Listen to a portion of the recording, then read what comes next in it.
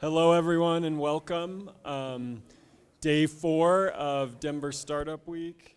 We're so happy to have you all here. We're going to go ahead and get started with our next session, cruising through them today, one more day tomorrow. Before we get started, I just had a couple announcements. First of all, just want to introduce myself. My name is Scotty Allen. I'm the co-chair of the product track, and so excited to see so many folks continuing to come out. It's been exciting getting this off of Zoom and into real life this year. It's been fun seeing everyone coming out. Just wanted to, first of all, thank all of you for your time. Denver Startup Week is the largest free startup convention in the world, and it only happens because of all of you and all of these wonderful volunteers. So if you're ever interested in being more involved, happy to share ways what we go through and ways that we need help. In terms of how the event gets put together, it's thank you to all of our amazing sponsors. And so Amazon, Capital One, Dell Technologies, and the Downtown Denver Partnership really help us pull this together, as well as a lot of other sponsors that are local here. So encourage you to take a look at who sponsors this and support them. Specifically, the product track is sponsored by Pi Insurance. So a special shout out to them. They've helped make this space be possible for us and bring all these amazing sessions together. So hopefully you've caught a few, you get to catch a few more. If anyone in the back has any trouble hearing at any point in time, sometimes the panels, we've had audio issues in the back. There's tons of seats up here, so feel free to come on up. Maybe bring your lunch. It smells good.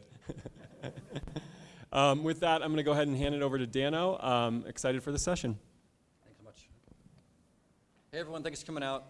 My name's Dano, and I put together this panel called So Tell Me What You Want, what you really, really want, because I spent about the last 3 years in 2 different startups, and this is the main question, right? So there are a million things going on in a startup, but that question is the one that no one seems to be able to ever answer.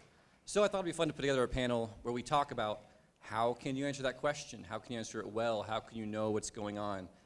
Because how do you do it? I don't know. So we'll start by introducing ourselves, and then we'll go do about 5 minutes of talking each, a little bit of commentary after each talk, and then open up for about 15 minutes questions at the end. So start with Sid. Hey everyone, good morning, or I guess good afternoon. My name is Sid Inamdar. I'm the Director of Product at Keysight Technologies and focus on product strategy and discovery. I'm Dano. I'm the co-founder of a dating app called Speechless, and it's fun. Hi everybody, good morning, or afternoon. I'm Emily Schwartz. I'm the founder of The Sequin Lead. We are a digital media brand focused on fashion resale. I'm also a product consultant and strategist when I'm not focused on The Sequin Lead. Yeah, here you go. Cool. Hey everybody, my name is Andrew Brinkman, go by Brink most of the time for brevity's sake. I am head of product at Bonusly, which is the leading solution in the employee recognition and engagement space. So if you're looking for ways to engage your workforce, check us out. Hi all, Jenny Wanger. I am a product operations consultant and have been working on marketplace product apps for about the past 10 years. And I'm Lori Hofer. I am an advisor on a small startup with a friend of mine. We're developing a program to support young girls who are interested in entrepreneurship, science, technology, engineering, et cetera. And I have a long career in product management positions.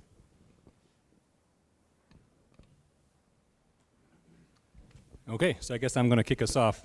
The screen's a little smaller than I thought it would be, so this might go a little rough. Okay, so I'm going to cover in 5 minutes what I consider a discovery playbook before you get to MVP. As I'm sure all of you know, we have problem customer fit, problem solution fit, and then product market fit. In my language, if you're before product market fit, you're essentially in discovery in some form or the other. So why this? As Dano said, similar to him, I've gotten into a lot of trouble in not really understanding what my customers want and have released shitty products. And after many years of doing that, and a team of us got together and we designed essentially an accelerator inside our company. And what that's aimed to do is try to reduce the risk of being wrong. Essentially, that's what it comes down to.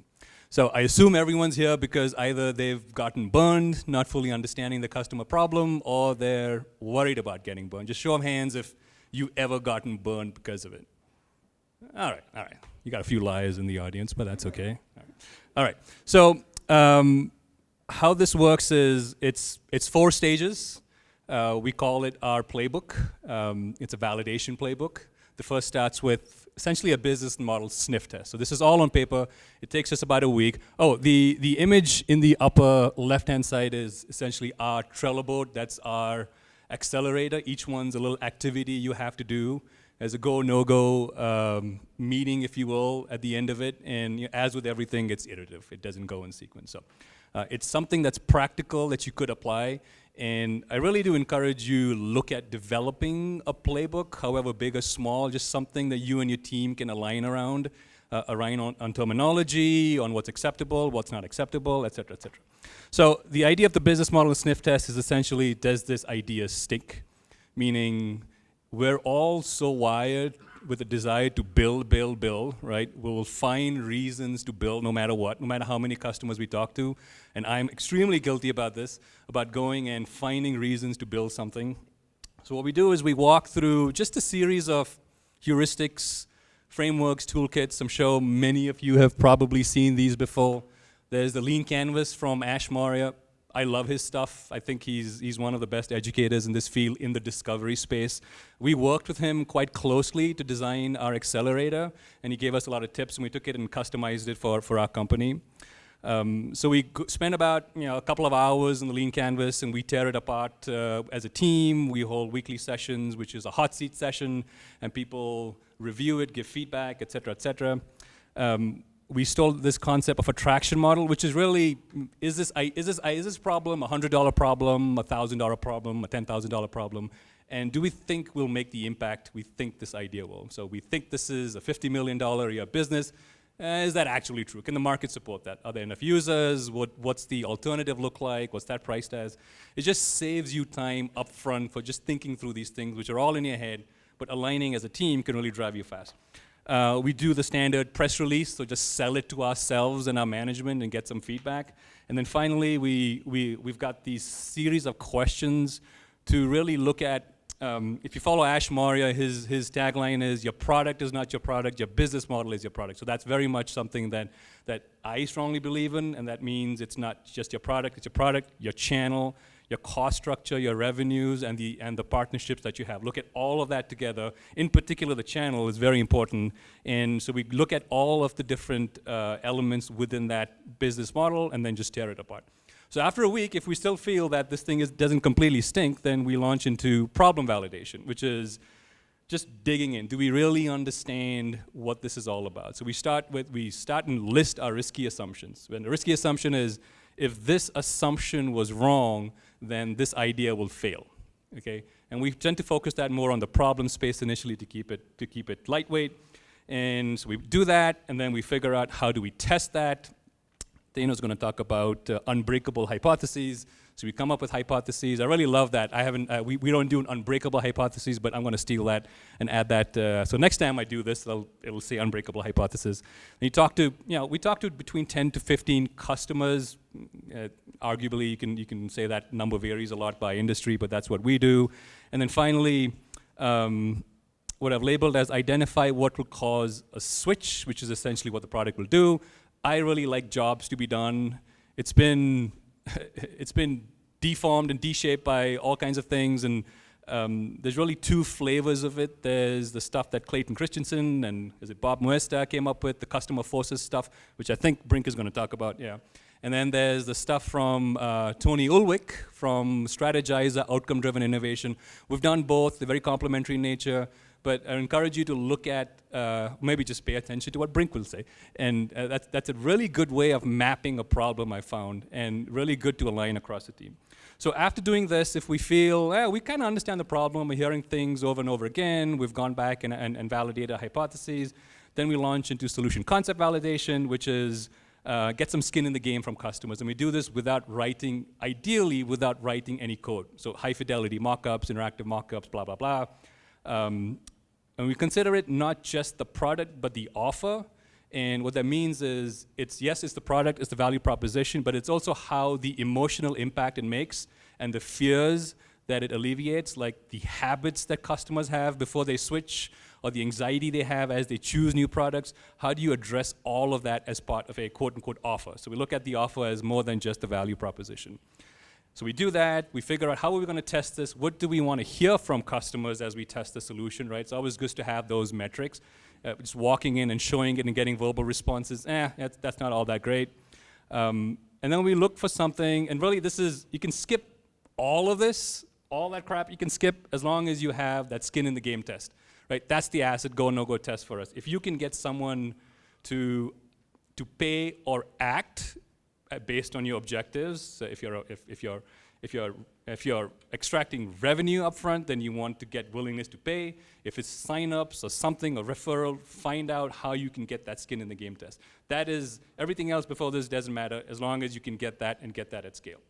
So that's pretty much it. I'll move to Dano, and if you have any questions, I'm happy to answer it. Thank you. Cool. So I wanted to arrange this so that every person comments on the person before them. Good commentary, bad commentary. I only have good commentary to say because that's awesome. I'm a very process-driven person, and I love seeing process laid out very clearly. As you all have worked in the real world, you've probably seen that process is really hard to implement in reality.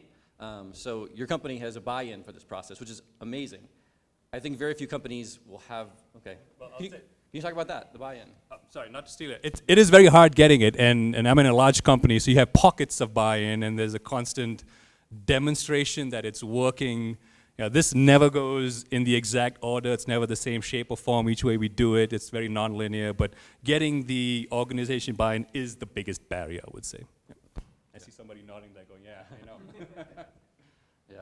So I've seen that us as product people, usually we have the vision of we need to solve real problems for real people with real solutions, and we're willing to be patient to get there, but oftentimes other people are not. So the biggest thing that'd be hard to do with a strong process like that is getting the buy-in. So love your process. I'm going to steal it. I've learned a lot from Ash Mario, so wonderful. Awesome. Great. High five. Mine's similar. I arranged this panel because I think I want it to flow, and mine's a kind of very pared down version of what you just saw, which is really focusing just on conviction. It's so easy to jump into building products. It's so fun. I love building products. I love solving problems, I love talking to people, and it's so easy to jump right into it. Let's build. Before you do that, I've learned you have to get to conviction. Conviction is what I call an unbreakable hypothesis. And the idea is, there's tons of evidence out there. If you want to find evidence for any idea in the world, you can find it. Think of the worst app idea, or the worst business idea on earth. There's evidence supporting it. There's someone who will tell you they want it. Hunches are all over the place. Everyone has a hunch. Everyone has an idea. They're everywhere. A hunch is nothing, and evidence is nothing. But if you take evidence and you take a hunch, put it together, that is a hypothesis. And a hypothesis exists only to be broken, intentionally broken. Try to go out there and break it. I say that, but do I actually mean it? Because I'm doing this right now. I'm testing out hypotheses right now. Yeah, the audio. Can you all hear me okay? I feel like it cut off. All right, cool. It's not rattling. That's a good thing. So I'm actually going out and experimenting with things right now. And rather than try to break it, I'm trying to understand it well. There's this idea we have, like a leading feature of this app we're building. And I'm out there trying to experiment with it in small ways. Like, basically, if you replicate this feature very manually, talk to customers, have them participate, and give you videos, and other people see the videos, does it work? And I'm not trying to break it so much as what's wrong with it, as what works, what doesn't, how can it be fixed, how can it be better? But I'm very open about that. And I don't care what the answer is. Maybe the answer is, terrible idea, move away. You have to be open to that. Once you've broken your hypothesis, rebuild it. You'll have new evidence, you'll have new data. Build a new one, and repeat, and repeat, and repeat. Eventually, you'll get to an unbreakable hypothesis, which is, for this type of customer, with this type of problem, I know they want this solution. And here's how you know they want it. Sign-ups, volunteering, ambassadors, and paying. So That's least buy-in to most buy-in. On top, you have people signing up for your service. You throw up a landing page, you say, we're offering this service, coming soon, put your email here, we'll email you when it's out. It's pretty low effort. People sign up for it, may not actually have anything to do with you later, but it's something. Then you've got volunteering for interviews or experiments. So I've talked to dozens and dozens of people on my wait list with interviews ranging from 15 minutes to an hour, where they give me time with no payment other than, I love what you're doing, I want you to succeed, and I'll spend an hour talking to you to share my experiences, which shows I'm on track. I have buy-in. They're giving me an hour of their valuable time for free. Then you have ambassadors, people saying, like, how can I tell my friends about this? What can I share? How can I get more people on your wait list? They want to share this idea before it even exists. And finally, there's payment. I threw up a payment form on the website, and you can pre-buy a subscription, buy 1 month, get 2 free, for an app that does not exist at all. Hopefully it exists soon. But right now, I've had about 25 paying customers who've given me cash for an idea, for some Figma screens, for talking on TikTok. Here's an idea I have, and that's all that exists: Figma designs and TikToks. And I have hundreds of dollars of prepayment. So that's least buy-in to most buy-in. At this point, I would say I have conviction. I've worked through multiple designs, multiple iterations, and I say this is a problem I know this kind of person has, and I know they want it, and here's why I know they want it. So I would say at this point I have conviction. So thank you. So I have a couple questions for you about that, actually. So I love this, right? And I know that for me personally, there is no stronger conviction for me in my experience than when someone is willing to talk about your product or service, right? Like unpaid, unsolicited, when you love something so much that you want to tell everyone about it. So, for example, I know last night I was at a Denver Startup Week event, and I was telling somebody about Embark. And I don't know if there's any dog owners in this room, but the Embark DNA test is something that I should get commission to talk about or something, because I love it so much. And I'll talk about why I love it soon. But as you were kind of going through what's important to you as you think about your own processes here, one of the things that you talked about was, driving signups, driving people to say, yes, I am interested. I will prepay for this thing. How do you go about, you think you've identified this target audience, this target persona. How have you gone about actually getting this guess about who you think that person is to your website, to sign up, to prepay? What's your strategy for generating awareness about this thing that you're building? Great question. So I've really had 2 channels for finding potential users to understand them better. One is going out into the parks and the streets and downtown Denver, building a dating app. It's as consumer as it possibly gets. Where are there single people? Rhino at Friday night at 11 p.m. And I've gone there numerous times with a sign that says, talk to me about online dating. And people do. Random people walk up to me, and I just talk to random people. And I've seen who's interested and who's not, just from a cross-section of that.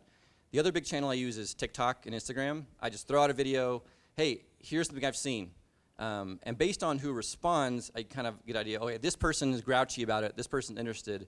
Not super scientific. TikTok especially is very, there's this phrase, side of TikTok. Are we on the same side of TikTok? The algorithm points certain people in certain directions. I have somehow ended up on the single woman TikTok. So a lot of people who are single and dating, especially women, see my videos. So it's not a true cross-section of who's actually out there. And I'm trying to change that. I'm trying to get on single man TikTok to talk to them as well. But that's hard. So it's a really good question. I don't have a great answer. I wish I had a better one. But I'm aware that it's a weakness, and I'm trying to solve it. That's an honest answer. Yeah. That's good. Cool. Very cool. So this is my approach behind me. So I'm Emily.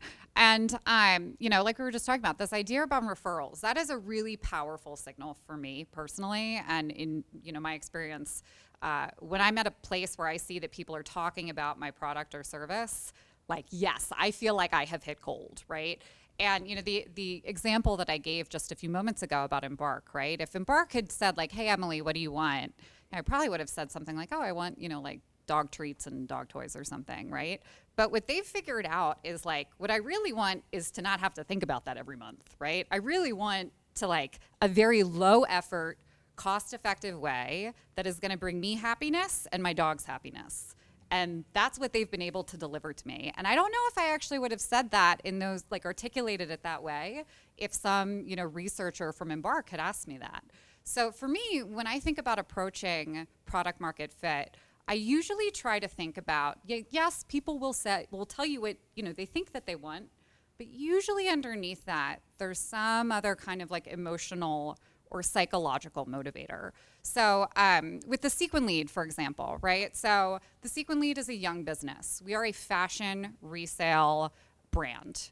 And when I work with clients in my audience, when I ask them what they want, they might be, well, I want to learn how to sell the clothes in my closet better, right? Or I want to learn how to, understand the difference between all these resale apps so that it saves me time or something, right? But when you go one level deeper, often what you'll find is like a woman might be looking for confidence, right? She wants to be more confident in her choices. Or maybe she's trying to like make a little bit more money, right? So she's trying to gather peace of mind around having a little side hustle where she can have an extra $100 in her pocket every month, right? So for me, I always try to get at whatever that emotional or psychological driver is underneath what that kind of first layer is. When you talk to someone and say, what are you looking for, right? What do you want? What's underneath there? And then when you're really able to deliver an experience, really kind of leveraging some of the methods that Dano and Sid talked about, you're able to create this experience where someone authentically feels so good using your product or service that they're going to tell their friends, they're out to dinner, oh my God, you're never going to believe I started using this thing. That's when you've got product market fit, in my experience. So that's my approach. There you go. I love that. Kind of back on that first bullet point about referrals, what's your opinion of NPS? Because, it's like they ask hypothetically, would you tell somebody about this product or service? And I know there's a lot of conflicting thoughts about how valuable it is or isn't. But yeah, I'd love to get your take on that. I think it's an informative data point. And I don't think it's the end all be all, but I think it's an informative data point. So I think you should, I think asking that question is useful. It is one data point among many. So. Love that. Yeah, to me, it's kind of a canary in the coal mine type of thing. Like you can tell if something is going like really, really right or maybe really, really wrong. A lot of times you're going to pick up the signal on the really, really wrong a lot quicker than the really, really right. But I completely agree with your first point. Like the proof is in the pudding. You want to see people doing actual referrals, not just saying like, oh, I might on a scale of 1 to 10, give it a 7. We'll see. But yeah, I don't have a ton of like super processy tips or anything like that. I just thought maybe I would tell a couple of stories about how I've gone about doing this in the past, especially as an individual contributor product manager. My first big pro tip is just to get out of the office, get out of your house, find users you can actually embed with and see what they're doing today. Because if you do that, you're going to see the pain points that they're experiencing, and you're going to be able to start to think about solutions that might help you overcome those pain points and to kind of channel my inner Gibson Biddle, who is a former VP of product at Netflix. How can you solve those problems in delightful, hard to duplicate, and margin-enhancing ways? So the first story there is I was working at a company called Huddle. I worked there for 8 years. Huddle is a sports video and analytics company. And one of the first big challenges I worked on was kind of reinventing the platform that Huddle had originally come up with for American football to work for sports like basketball, soccer, lacrosse that are a lot more free-flowing, right? So Huddle was originally based around clips for each American football play. Doesn't work as well for a basketball possession or a soccer possession or a lacrosse possession. So we're trying to figure out how to kind of solve that problem, make that easier. So we thought the entire crew, the entire team, cross-functional team that was working on that should get out into the field, embed with basketball teams, go through the entire flow of, a practice, film review, game prep, actually within the game, seeing what they do after the game, just to see what they were experiencing. Again, like what's working well, just in general, and with our product, what's not working well. And one of the things that we noticed when we did this, we went down to DeSoto, Kansas, from Lincoln, Nebraska. It's about a 3-hour drive, little tiny school. And we saw this at other stops all over the place too, was they were having trouble with like the simplest thing when it comes to basketball video, which is filming.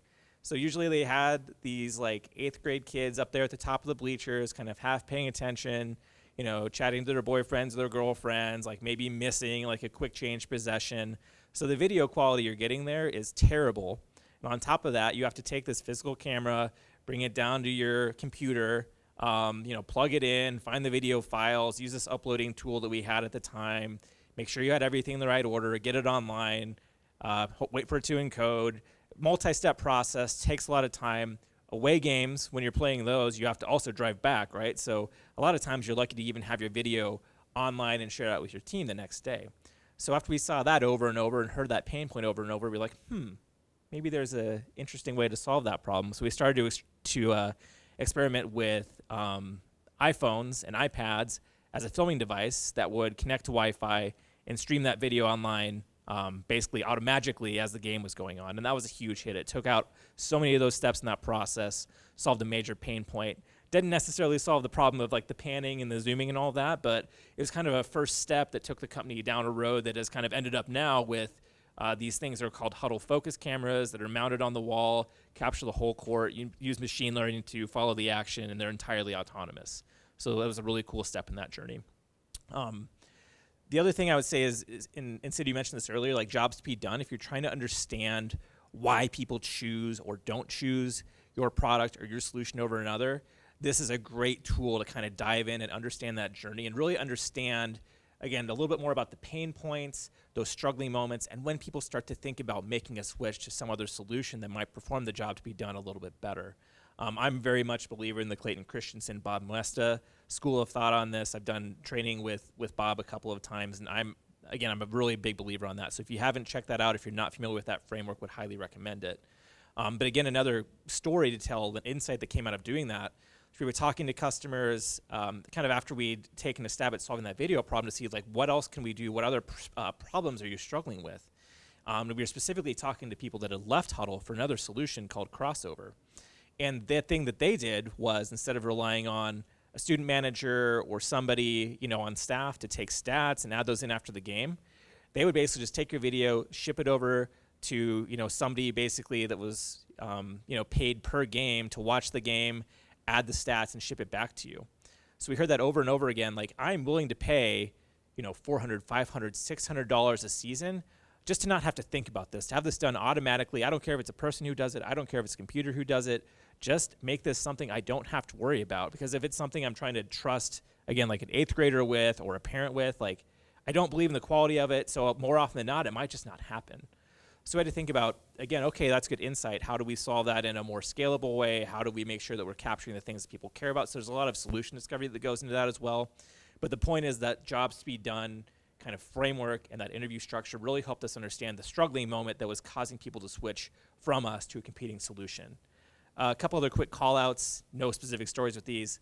One is, I think sometimes people get usability testing and desirability testing conflated. So you come up with this beautiful idea, you get it in front of people, they can navigate the flow, and you're like, awesome, I've done it, I've solved it, they can get through it, it solves their problem. That just means they can get through the flow. That doesn't actually mean that you've solved their problem, right? So you gotta make sure you're not conflating those two things. And another quick pro tip, and I'm sure this is nothing new to anybody here, and this also gets back to what you're saying. When you think you understand something, ask why one more time. Peel that onion back. There's always something really interesting, really insightful if you just keep asking why in a non-annoying way, which is kind of the trick. But really, really important to try to dig in a little bit further to get those nuggets of insight.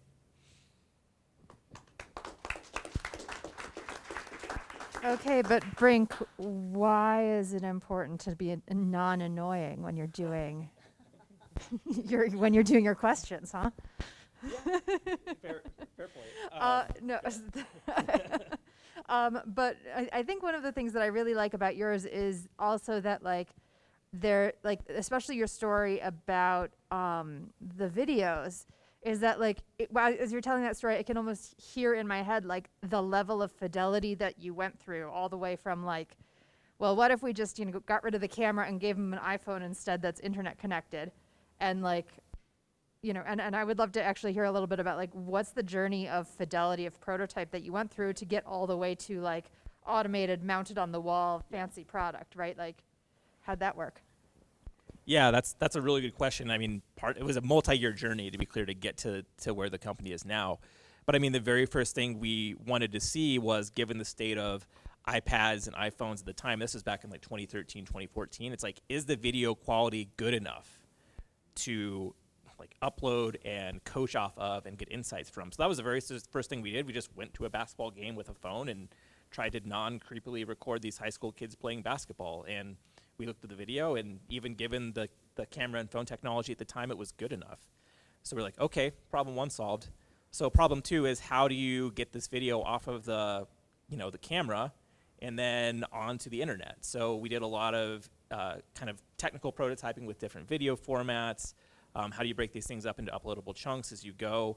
So we got enough like technical feasibility signal from there to start moving forward. We also tried to experiment with like, do you want to take this out of the app, or do you want to keep it within the kind of Huddle app experience? Is that steps? We found out that even trying to get people to get in and upload them outside of the app was too much, so we got some usability feedback there. So, there was a lot of just little tiny steps. It's really additive. You kind of got to figure out what that next challenge is, whether it's a technical feasibility problem, a usability problem, desirability problem. But since it's additive and you're building one on top of the other, eventually you end up with a solution that might hit some kind of local maximum given the form factor or the device that we were running into. And that's eventually what we hit with the phones, right? Like, we still have that problem of how are you capturing the action? So that's really what caused us, because that was kind of an intractable problem on a phone or an iPad, to start to look at making our own cameras. And so that's a whole process in and of itself, getting to hardware. That was a big decision to make. We decided to make that leap. But yeah, now it's turned into this thing where, the company's not just doing software, they're manufacturing hardware, shipping these cameras out, had to come up with a whole new business model to accommodate that as well. But it all started 7 or 8 years ago with that insight that filming, uploading video was just too hard. Awesome. So I'm going to talk about, a little bit more, I think, into diving into exploring the problem space, right? Making sure that you actually understand that underlying need that, Brink was so good at capturing in his. And part of this is, right, like, product market fit means that a person has said, yeah, come in, spice up my life. And yes, I am going full Spice Girls puns, my whole talk, get ready. So, product market fit, yes, please, come, spice up my life. And it's going to be really hard to do that if you're not fitting into their lives somehow, right? You need to, be able to actually become a habit, become a natural piece within their world. And so it's, if you just tell them, hey, tell me about your life, tell me about this thing you do, you're not going to get at it. So what I'm going to dig into here is 3 different techniques you can use to really make sure that you are getting people to show you what their world is like rather than telling you about it. As the beloved Spice Saints said in 2 Become One, silly games that you're playing and empty words, we were both saying, right? Like, words don't mean a lot. What means a lot? Pictures. So think about different ways you can actually get visual representation. If you want to, instead of asking somebody hey, what apps do you have? What's your favorite app? What apps do you have on your phone? Ask them to show you their home screen, right? Because then you are going to say oh, look, I see this one is front and center, or you've got, all of these in a folder, but this one's not in a folder. Why is that, right? This gives you something to talk about where it's actually going to start digging into how did they choose to organize that super important piece of their life, and that then can actually give you a visual of where you might fit into it, right? If you're a consumer app. If you're in SaaS, maybe you have them draw out a picture of draw out a process map of how they send an email, right? And actually, do squares for all of the steps, because that's going to be a lot different. And they're going to think of things and add things as they're visualizing it that they wouldn't if they're just trying to tell you that story.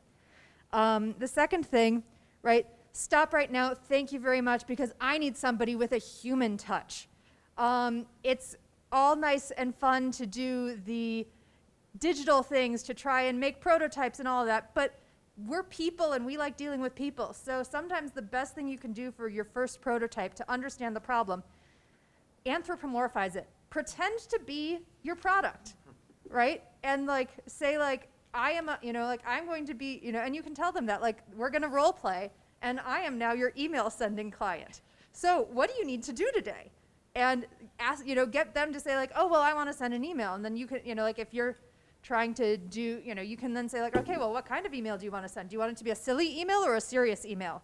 And they're going to look at you and be what does that have to do with this product? And you can say okay, so, trying to build out a email service that makes your emails emotional ahead of time is maybe not a useful product, right? But like this is something where like, lo and behold, 10 seconds, I just prototyped that. And it can be so fast and it can get you so much data so quickly. And it's way faster than even doing a wireframe can ever be. So anthropomorphize. And then finally, you know, you want to get with me.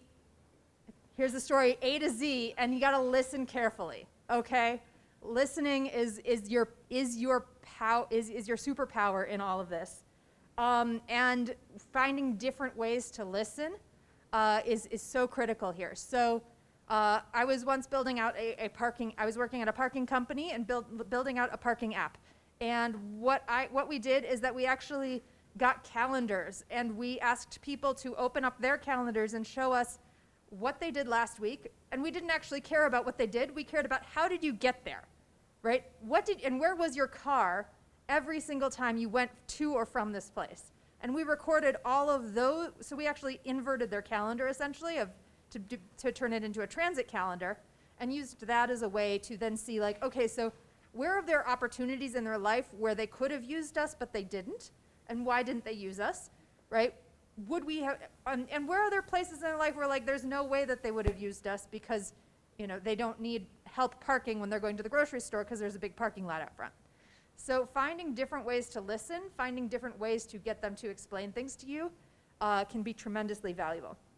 So, you know, just summarizing, right, finding product market fit, uncover the routines, uncover people's mental models, find opportunities to insert yourself into the middle of their lives, right? Whether it's if you can go there physically or, you know, not, but don't just rely on interviews as your only strategy for how to get at what people really want. And yeah, thank you. You're now officially Ginger, not Jenny, Ginger. So well done. I love this idea. I think it's super useful. What's like your next thing? Because drawing, you know, showing them doing these things. I love the idea of the that's all great. But what's like the next step for you when you've, you know, kind of reached the limits, just to kind of make sure that what you've captured is real? Yeah, so I think, right, like all of these are so that you can really understand the problem. Right, like understanding the problem and understanding if the solutions that you're starting to dream up might actually solve this problem. Once you have a little bit more, right, like back to that idea of conviction, right? Once you have a little bit more conviction that you're headed in the right direction, it's time to take it up to the next level of fidelity. So maybe after some of these, it's a good point to then dive into some wireframes. And you can, you know, right, but this is essentially a way to like more cheaply right? In a way, it's a way to, you're more cheaply wireframing what you're doing than even putting, you know, ink to paper or pixels to screen. And so it's all about, you know, from this you go to the next level of fidelity. And then you might still have another thing of like, okay, now we've got a couple different ways we can go.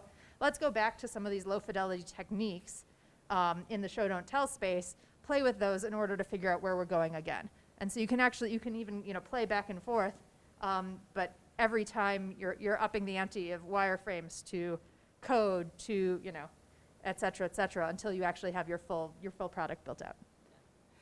No, one of my favorite things to do when talking to customers is to start mapping out processes. I think that is so powerful because when you show them what they're doing, sometimes they're like, is that really what I was doing? You know, it sounds so complicated and looks kind of strange. So my name is Lori. I'm gonna, you know, being the anchor here, I'm gonna be kind of the Debbie Downer on all this, because these are all great ideas, great ways of approaching customer feedback, interpreting it, getting it, understanding what you get. I love peeling the onion. You got to get back to the feelings and workflows and whys and all the rest of it. But so my career, I at one point was at Groupon where we had millions of users every single day. We were doing high frequency A/B testing. Having that quantitative data is super powerful. It was wonderful. And then I made a switch, and I started working at Morningstar, not the breakfast food company, the data and financial products company. And I was so lucky. I had behavioral scientists. I had a huge research department. I had a design team that was beyond, they're world class. And it made my job kind of easy, except for the fact my job was to build a brand new platform for all of their desktop apps, a web platform, and I was supposed to get all these people to change over. Who here has tried to do an application migration? Have you stopped crying yet? It is so painful. And there's any number of reasons for that. But a couple of things I wanted to talk about was, if you've never heard of this book, Michael Lewis, The Undoing Project, a friendship that changed the way, that changed our minds. It's really, really interesting, and it starts talking about how irrational, well, seemingly irrational people are in their decision making, and when they do stuff and they change their behavior, it actually makes a lot of sense. But from a layman's perspective, and especially from a product perspective, when we've done all this work, we've thought through everything, and then all of a sudden we hit, oh my God, they won't let go of their Excel spreadsheets. Oh my God, what am I going to do? And I think that I sometimes product managers tend to get fall prey to this novelty fallacy and all that. And it's inherent in what we do. I've been hearing this week that our job description is all responsibility and no power. That means we are optimistic people. We have to be. How else can we continue? We should all have a support group. We're all optimistic and think everything's going to work out great. But we also will tend to think that something new, by virtue of being new, is better. And that's not always true for our users, for our customers.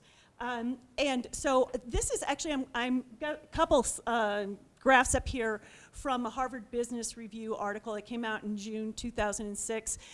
You hear a lot about, when you launch something or when you replace a feature, it has to be 10x better. It's actually, I wanted to go back to this study because this is the first one I remembered. And they talk about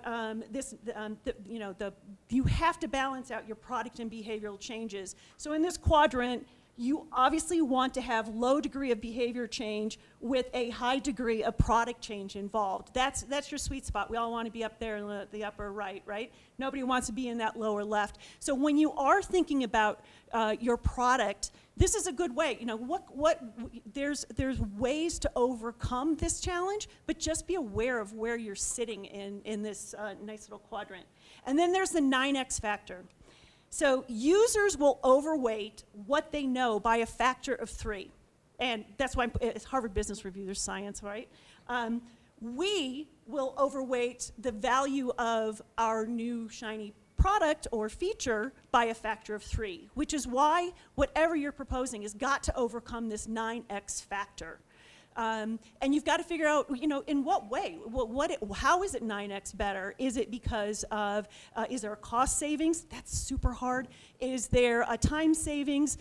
Back to my spreadsheets, I could save people, hundreds of hours in spreadsheets, and they just won't give them up because they're so comfortable with their spreadsheets.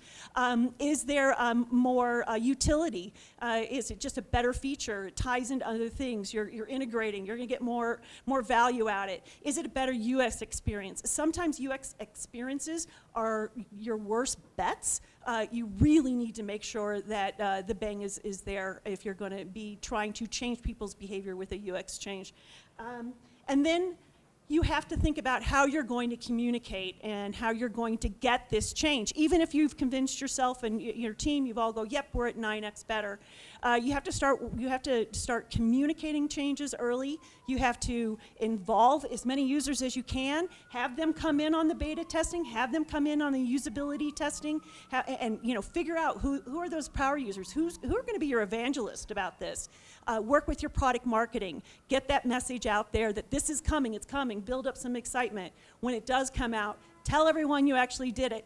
Provide some training. Follow up for those who said that they were interested in it. Really to make some, and I'm talking about, this can be big things, and it can also be small little improvements, but really to ensure your success, you need to be mindful of the pushback that you're naturally going to get, just because humans don't always tell you exactly what they want or follow through on that, or they say one thing and they act in a different way. There's a lot of factors involved.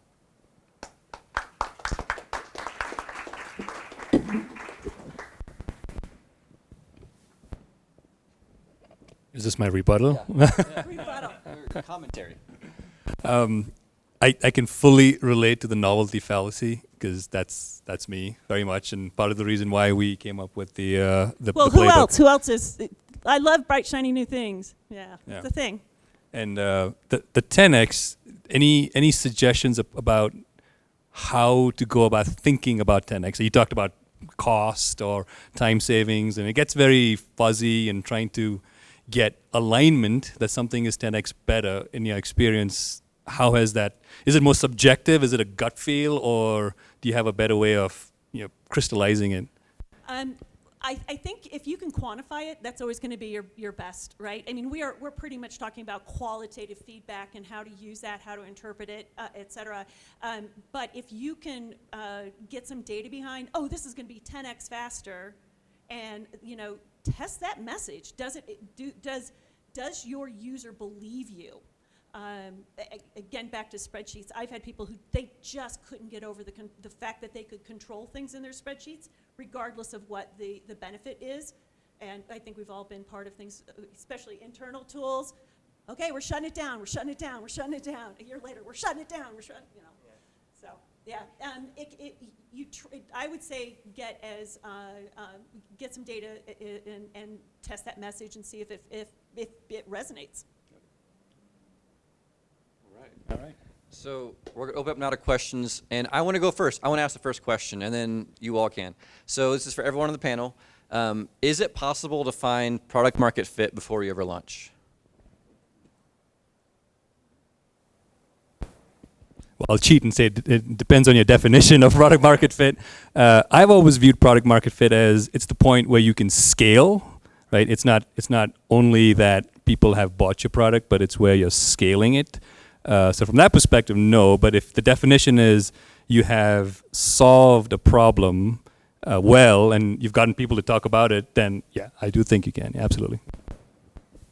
I'm going to go no because I think that you need the market. Market is part of the product market fit. And until you're actually out there in the market and seeing how people spend their money, how they work with you, et cetera, I think that you're not going to you can't get there. +1. And I think sometimes when you're looking at product market fit, you're dealing with a CEO founder who's enthusiastic about it and will have developed what I call the CEO MVP, which is usually a demo, and that's your first proof of it as well, right? Don't be you can start using that to that hypothesis. You need to prove it. All right. Audience questions. Please. So if I can say it loud enough. Yeah, I'll repeat it. Okay. So we've got new enterprise software, and so we've got no shortage of input from customers and prospects. Oh, it should do this, it should do that, right? What's difficult is to separate kind of the nice to haves from the killer features, the things that they would actually pay for. So I don't know if you guys have any thoughts on how do you separate the things that are somewhere on your roadmap from the things that you say this is going to generate revenue. You're going to get the bang, the ROI from this very quickly. Great question, thank you. I'll repeat it for everyone. So you're working in enterprise software, which means there's an endless stream of customer requests and complaints and ideas and products. How do you separate the good from the bad, the killer ideas from the ideas that are just kind of mundane, the things that will really take your business take off versus things that are just like a 1x increase? Did I capture that? Okay.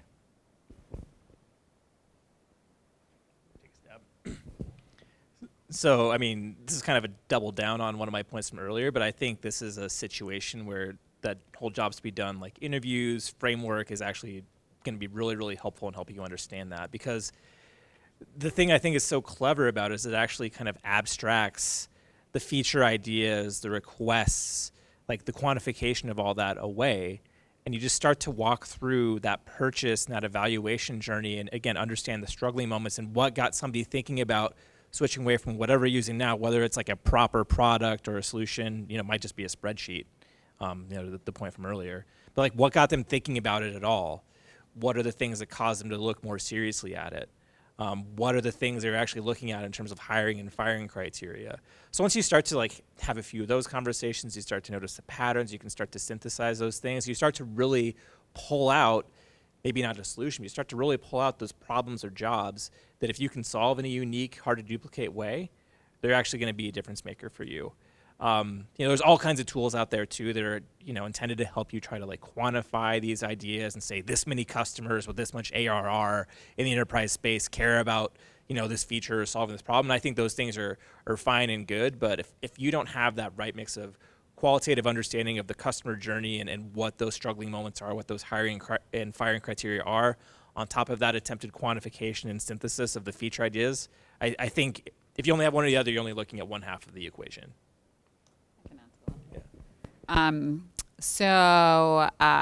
Prior to working for myself, I was working at a startup that sold data privacy software to enterprises. So what we would do, there's a long buying cycle, and we would be working with stakeholders from legal, from compliance, from, a lot of like analysts, and really like every job family you could possibly think of was a stakeholder in this conversation. And what we would actually do, and this doesn't always, this doesn't always scale well, but the way that we would handle this type of situation, because, every single enterprise would have a list of, 35 things that, were deal breakers for them that they needed to have or else they were going to walk, right? And we would actually stack rank those features with the different stakeholders that we were speaking with. And that takes time, right? So instead of doing it in a group, we would do it with like, okay, the folks from legal, we're going to stack rank these features. The folks from, marketing who are in this conversation, we're going to stack rank these features. The folks from whatever, stack rank these features. And we would do that. And we were able to do this because we were relatively small, right? We weren't talking like hundreds of thousands of customers. We were working with, between 50 and 100 customers, right? And we would do that with the different enterprise clients so that we would see the patterns where the stack ranking requested features, where the commonalities were. And that takes time. And I'm not saying it's the most efficient, and I'm banging on my leg here apparently.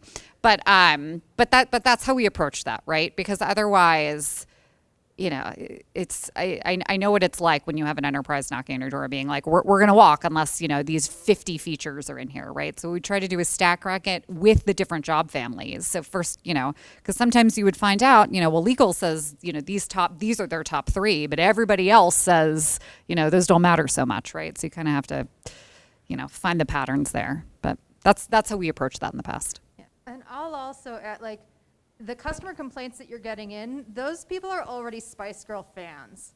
And so you also have to just think strategically, like, do you want to be building for your fans, or are you trying to capture those Backstreet Boy fans and bring them into your camp? Because that's one other just important thing in terms of how you segment this, right? Like, make sure that you're understanding your strategy. Are you trying to expand within your current customer set, or are you trying to capture new customers? And so as you go discovering those problems, that's a really important piece to prioritize, because if you just constantly build for the people who've already bought from you, you're already solving their problem enough that they've bought your stuff. So is that what you want to keep doing or not? Next question. I'll just add one thing. I have no advice, anything better to give, but as a user of enterprise software that's provided feedback to the point of saying, I will buy 10 licenses of this if you add this feature. I've done that. They've added the features, and I never use the feature. So, there's that to deal with. Yeah. What time it is? Yeah, 5 minutes. Okay, cool. What about one more question? Go ahead. Yeah, I guess advice or ideas for like how to validate a product idea or do discovery for a market where there's no solution at all right now. They're very low tech, but it has a high value. But you need to get it validated, and so you can start putting together what the solution could be, right? And so I guess is it finding the right person or entity to help be a sponsor? I don't know. Okay, I'll repeat that. So it's a market where there's currently no solution, is that right? How do you validate a solution, validate an idea, if there's currently nothing there? Is that right? Right, and they're very low tech. And it's very low tech. It's a technical solution, but it's, A technical solution to a low tech market. I've found myself in a couple of these positions in construction. Like, it's amazing how little technology there is there. And supply chains just very recently was another one where it's really, there's not enough tech, and introducing it is very, very difficult. And my suggestion is to make sure that you're couching your solution in a follow the money story. Because technology first follows the money, and that's where you're gonna get that buy-in. Focus on that. I'd say right back to integrating into their lives. This is also where like going there in person, seeing how they're doing things today is going to be even more critical, because you're asking them to adopt technology, which is a big behavior change. So you need to make sure that you're really understanding that world and understanding how to get your solution into that space, since they don't like it's not just switch, download this thing, right? It's going to be buy this hardware and do this and do that, and so being there in person to see it is going to be so critical. I'll just add that I believe that there's always an existing solution for a problem in the market. Like it doesn't matter if there's no product. It could be someone walking 10 miles and delivering something. That is a solution to the job to be done that Brink talked about. And what I found effective is, especially in low tech, is you look for investment from these users in improving that. So it could be just a way of a manual workaround, and look for those that have made that switch, and then do what Brink and Jenny said, map out the entire switching journey, and that'll give you an idea as to what made them move from it really, really sucks to it really sucks to how can I make that better. So there's always a solution in the market, it's just not one people are paying for. Just to add to that real quick. So the data privacy example I mentioned, one of the real pitfalls of that software was that it did not integrate into the user's existing routines, right? So this was a solution that was brought to market really because of like a legal requirement. But the way that this particular product was built really did not integrate into users' routines. And because of that, it was a real challenge for enterprises to actually get the users who they needed to use it to actually use it. So I would keep that in mind. All right, I think that's time. Feel free to stick around and ask us questions. A lot of us are going to stick around for a while, and happy to talk to you some more. Thanks so much for coming out. I appreciate it.